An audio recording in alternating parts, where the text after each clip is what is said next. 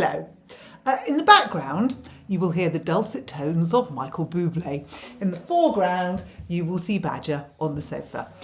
Why do we have this? Well, so many of you love seeing the dogs, so there you are, there's Badger. Michael Bublé is on because I simply don't care. In my house at the minute, I call it a house, it's just like room after room of doom and devastation. There is so much to be done that I am drowning. So the only thing that's going to make me feel better is Michael Bublé, because he's all calming, isn't he? And he's all deep and lovely. And I don't care that it's not Christmas. I simply don't. Ask me in 3 weeks if I'm still playing this and I may well say something different. But right now, Michael Bublé is the tonic that I need, and I'm not having a word against him. But I will say many words against my least favourite person, Bridget Phillipson. Please do like, subscribe and share. Share if you know anyone who's got kids in school. To be fair, when we first started doing this, it was share for awareness, wasn't it? It was share to people that have got kids in school that might not know this. Everyone knows this shit now. Everyone knows what she's doing. Issue is, can anyone do anything about it? So she's taking on the unions, and she's going to take on schools that close before 3:30 p.m. So she's taking on a lot at the minute. Now, my first issue is that's combative, isn't it? If your kids came home from school and said, Mummy, little Jimmy said he was going to take me on after school, you'd go, what does little Jimmy mean, take you on? Does he want to fight? Yeah, that's what she wants. She wants a fight. She's going to take on the schools that close before 3:30. We assume 3:15. And the reason I think she's doing this is what she perceives as productivity. And she's also thinking, well, if schools close at 3:30, what do parents do after then? How do they work? Which is a very valid question. I mean, I suppose you can't really travel back in time, can you, to see what parents have done forever thus with their children in school. And for me, it raises the massive question of what is school for? Are we looking at it for education and educating our children, or are we looking at it as childcare, as somewhere where we can put them so we can go out and earn money to give to Rachel Reeves? What is the purpose of school? Now, do you know, I love Michael Bublé, but he's a bit loud. Hang on a second.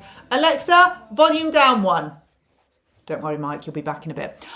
So I'm back in college, as many of you know, and I am training, back in school, effectively, for all the people that say, why don't you go and get a proper job? If you stop living above your means and went out and actually got a proper job. Oh, shut up. I've got 2 jobs and I'm a student and, God, we're all living beyond our means because we have no means. But I'm at college and my day starts at 9 and finishes at 4:30. And by the time I drive home, my brain is fried. Now, I'm doing an awful lot of theory, and it doesn't really matter what I'm doing. Relative to me, that's a lot of information to take in. And so I process it on the way home for the hour's journey I've got home, and then I go smack bang into after school activities, sorting out animals, sorting out a house, getting dinner made, all the stuff that happens at the tail end of the day. Now, I find it overwhelming, perhaps because I'm a perimenopausal woman, perhaps because it's a lot, perhaps because, I don't know, because why do we not think that children might find this overwhelming? Why do we not think that a longer school day might be overwhelming for children? Where's their downtime? Where's their child time? Where's their processing time? Here's the thing about horses for you. Horses have to process what they've done. It's how they learn. So they do their physical work, and then when they're out in the field munching their grass, they process what they did, they learn it. It cements it so that next time they work, hopefully sort of 24, 48 hours after, or a break after effectively, what they've learnt actually then comes out into practice. It's identical for humans. Why wouldn't it be? So my daughter goes to school and then she processes what she's learned on the pony. My son goes to school and then he used to process what he'd learned in the swimming pool. Now he can't swim because of the bad back, but you know what I mean. So we need our processing time. So are we asking children to be at school longer than 3:30 for why? For childcare? Or learning? Because if it's learning, they don't need to be. If it's childcare, well, we have an awful lot of childcare in the UK that is accessible. The reason it's inaccessible is because Labour's making it too expensive. Labour is pricing it out of existence. So we need to be looking at that, don't we? We don't need to be looking at having kids in schools for longer. And then we look at the teachers. So we've got this whole, but they get 6 weeks summer off a year, blah, blah, blah. Honest to God, when was the last time you met a teacher? When was the last time you actually sat down and said, what do your hours look like? Because we seem to define them as the hours of, when the bell rings at the beginning of the day and when the bell rings at the end of the day. And we go, well, that's all teachers do. And they get 6 weeks off in the summer and they get If you think that, just stop watching this video. There's no point us talking because you're so far off the mark. It's a joke. The reality is that teachers who, many of them have families, many of them have lives outside of school, spend a lot of their time doing extracurricular, unpaid work for their actual job because they don't have the support, they don't have the resources, they don't have the time in their day to do all of the things that are being placed upon them. Teachers are being burdened. Now, we have sympathy and empathy with junior doctors, the medical profession, but we don't seem to have much empathy for teachers, but yet they are the places and the people that we send our children to all day to learn. But yet we sort of don't feel as though we can give them much slack for saying we're overworked, we're overburdened, overwhelmed, because they're human as well. I mean, it's funny, isn't it, that they might have human responses to human situations. So if Bridget Phillipson, the master of all evil in education, is going to take them on, what does that say to you as a teacher? It instantly devalues the work that you do. It instantly puts you on a combative footing and it instantly says you're not doing enough. Now, Bridget Phillipson wants kids in schools longer because she's state-running schools. So the longer the kids are in schools, the longer they're under the Labour way and the longer their parents can work. And the longer their parents can work, the more they can give to Rachel Reeves and the more she can go and spank it on whatever the hell she wants to. Very little of it will be in your favour. And so for Bridget Phillipson, that makes total sense. However, for the rest of the UK, not so much, because all we're doing is just speeding up the hamster wheel of overwhelm. But we're now starting it younger and younger and younger. Now, lots of you know, we used to live in Hong Kong. My kids were born in Hong Kong. And my son in particular didn't move over to the UK until he was 7. So our days in Hong Kong started earlier because it was hot. So you needed to get the school day out of the window or out of the way. But when I say it started earlier, I mean, he would be on the bus at probably 7 a.m, maybe 6:50, 7 a.m. But he was home from school at 2:30. Done.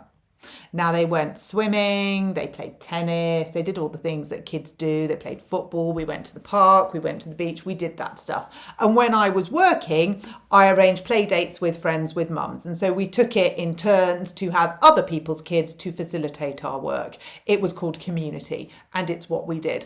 When I was growing up, my mum, actually, I was very fortunate that my mum made sure her work happened so that when we came home from school, she was with us.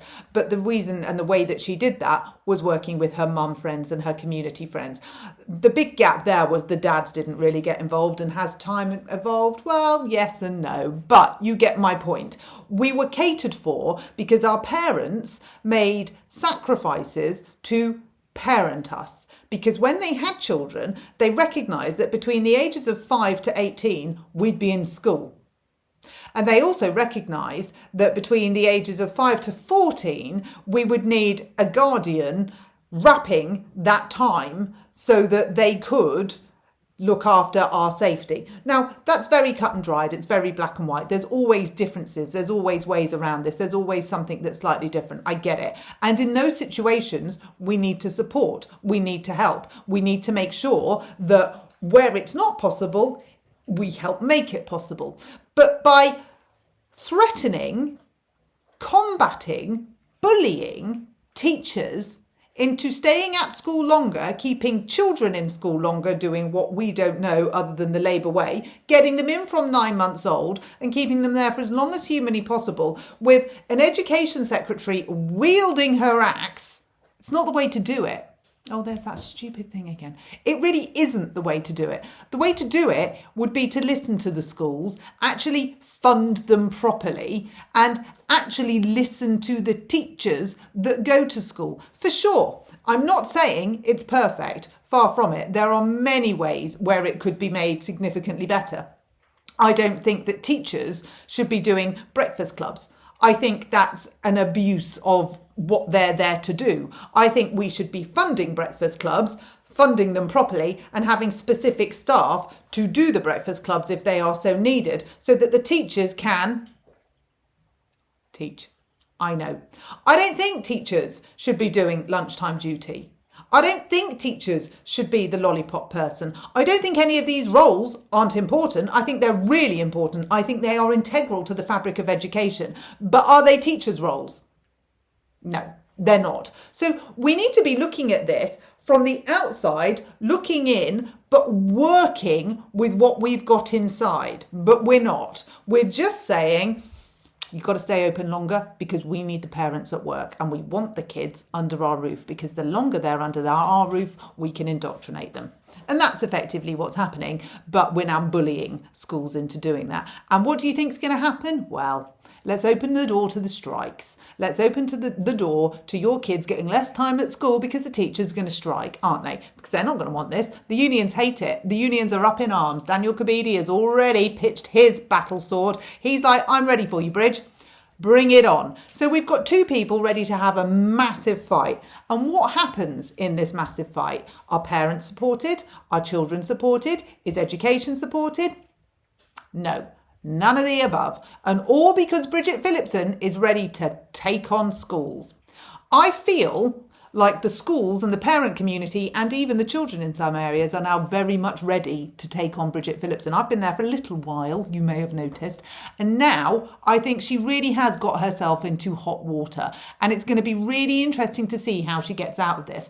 And a few softly, lower toned PR opportunities isn't going to cut the mustard. A few, I'm doing this for the kids, which is what she says, and then her actions do everything other than that. It's not going to cut the mustard. We now see right through it, which I suppose is a blessing in disguise because, you know, I've been banging this drum for a little while. It's nice now that other people are beginning to see it, but it's a real shame, isn't it? It's a real shame that we have to get to this point, and it's a real shame when the ministers in control of these situations use their bully boy tactics or bully girl tactics in this case to get what they want without actually listening to what we want.